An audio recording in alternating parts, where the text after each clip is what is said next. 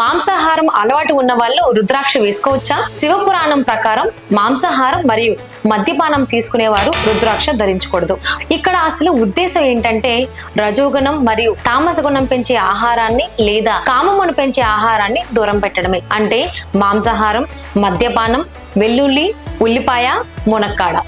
ఎందుకంటే ఇవి మన మనస్సులోని సాత్విక స్థితిని భంగం చేస్తాయి. కాబట్టి మీరు రుద్రాక్షని సాధారణ ఆరోగ్యానికి, శాంతికి ధరిస్తుంటే మీ ఆహారపు అలవాట్లతో సంబంధం లేకుండా ధరించవచ్చు. కానీ మీరు ఏదైనా దీక్ష చేయాలనుకున్నా అప్పుడు తప్పకుండా మాంసాహారం, మద్యం, గుడ్లు వంటివి దూరం పెట్టడం చాలా మంచిది. ఒకవేళ రుద్రాభిషేకం కోసం మీరు చూస్తున్నట్లయితే ఆ పూజలన్నీ పంతులు గారు యాప్ డౌన్లోడ్ చేసుకుని అందులో నుంచి మీ యొక్క పూజారిని బుక్ చేసుకోవచ్చు. ఫస్ట్ బుకింగ్ పై పూజా సామాగ్రి ఫ్రీగా పొందే ఛాన్స్ తో పాటు అలాగే ఒక గిఫ్ట్ హ్యాంపర్ ని కూడా ఫ్రీగా పొందండి. లింక్ కోసం బయోను చెక్ చేయండి, లేదంటే లింక్ అని కామెంట్ చేయండి. హరి ఓం.